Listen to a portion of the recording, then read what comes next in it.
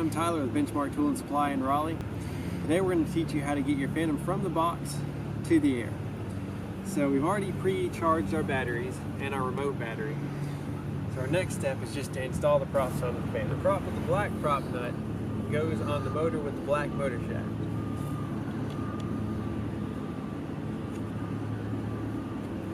Make sure that these are very well secured. Finger tight's fine, you don't have to wrench it down or anything. The silver prop nut goes on the silver motor shaft. So the silver prop nuts will go across from each other, and same thing with the black prop nut.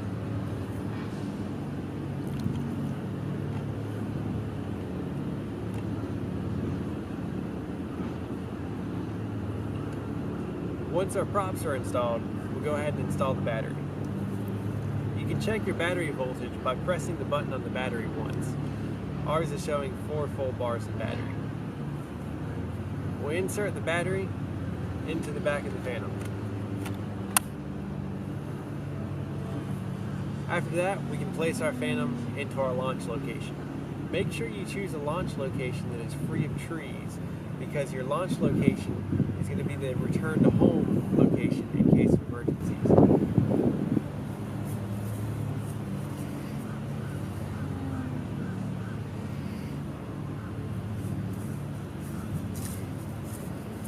Next, you want to make sure you turn your radio on before you turn your Phantom on.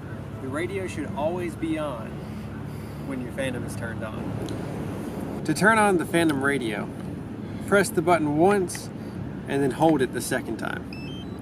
Once the lights move to the other end, it will turn on. The same is for the Phantom.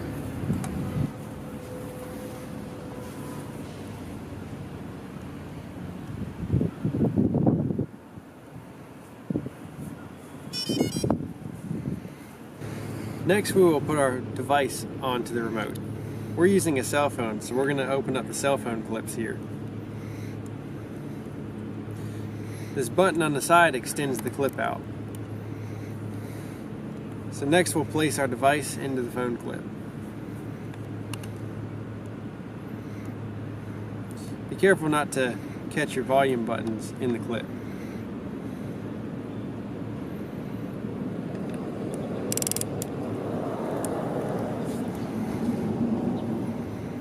Next, I'll plug in the USB cable that is supplied with the Phantom into the back of the radio. And then I'll plug the USB, micro USB side into our device. We're using an Android device.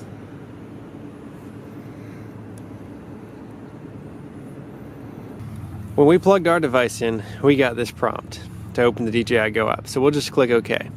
If you do not get this prompt, just click on the DJI Go app and open it from there. Next, we'll enter the camera view.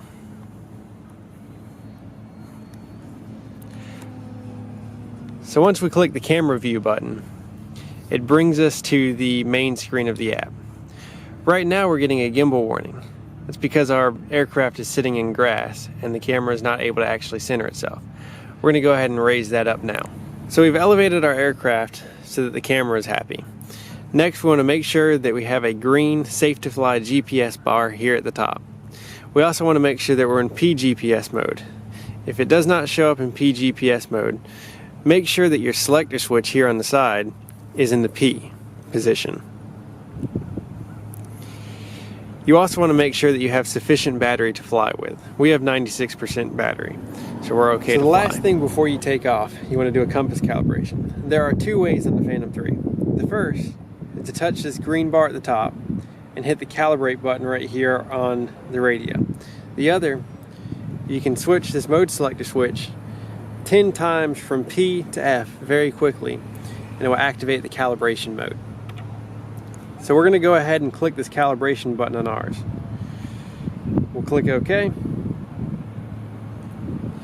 And it goes into the calibration mode and shows you on screen the steps to do, which we're going to show you here in a moment. So once you've entered calibration mode, go ahead and set your radio and any electronic and metal devices by your radio at least 10 feet away from the craft. Take your craft straight up, keeping the nose facing the same direction. You'll notice that these lights are yellow on the back of the craft. Go ahead and rotate it 360 degrees. And once you get close to center, wait for these yellow lights to turn green. Once they do, point the nose straight down and rotate it again 360 degrees. Again, once the top gets facing close to where it was when it started, the lights will go out and just continue their normal green or yellow flashing depending on which mode you're in and the GPS condition. Next, you can set the Phantom back down where it was. So next you're ready to take off. To start the Phantom's motors, you're going to bring both of these sticks in towards the bottom corners of the controller. After the motor starts spinning, release the right stick, move the throttle or the left stick to the center and bottom position, and slowly increase throttle. Once it gets above 50%, the aircraft will take on. So let's go ahead and start our Phantom. The home point has been updated. Takeoff. So now I'm going to slowly increase my throttle. Once it gets to 50%, I can let go of the stick and it should not take off.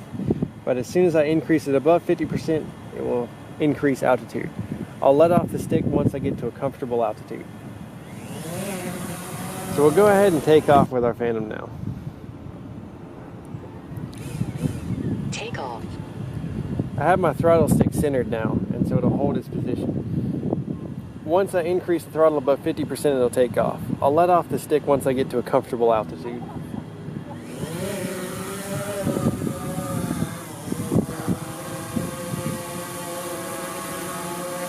As long as the Phantom has a good GPS connection, it will stay in one spot no matter what the wind does.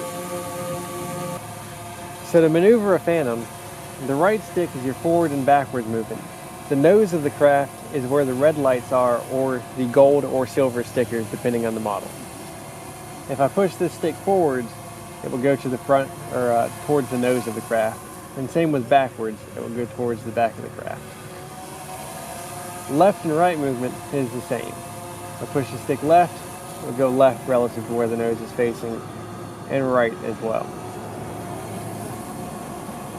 Your left stick handles rotation of the craft as well as altitude. If I move the stick to the left, the craft will rotate to the left.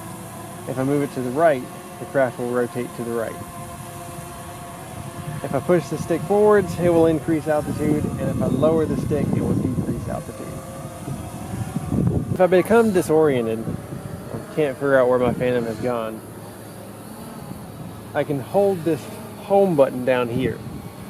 If I hold it for about 3 seconds, it will begin the return to home process, which will be notified by beeping on the radio.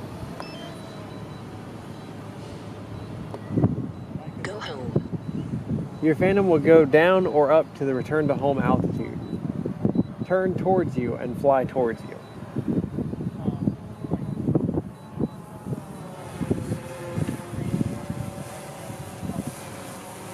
After a couple seconds, it will begin to descend to the takeoff location, or to your device location, depending on how you have your Phantom set up.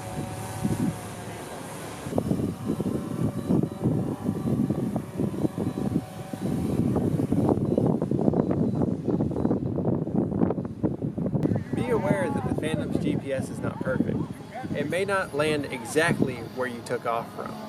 Keep this in mind when you choose your takeoff. To land your Phantom, bring the throttle stick straight down. As soon as the Phantom touches the ground, bring the throttle stick to the very bottom of the controller. Do not slam your Phantom into the ground. Let it gently touch down and then pull your throttle stick all the way down. We'll demonstrate that now.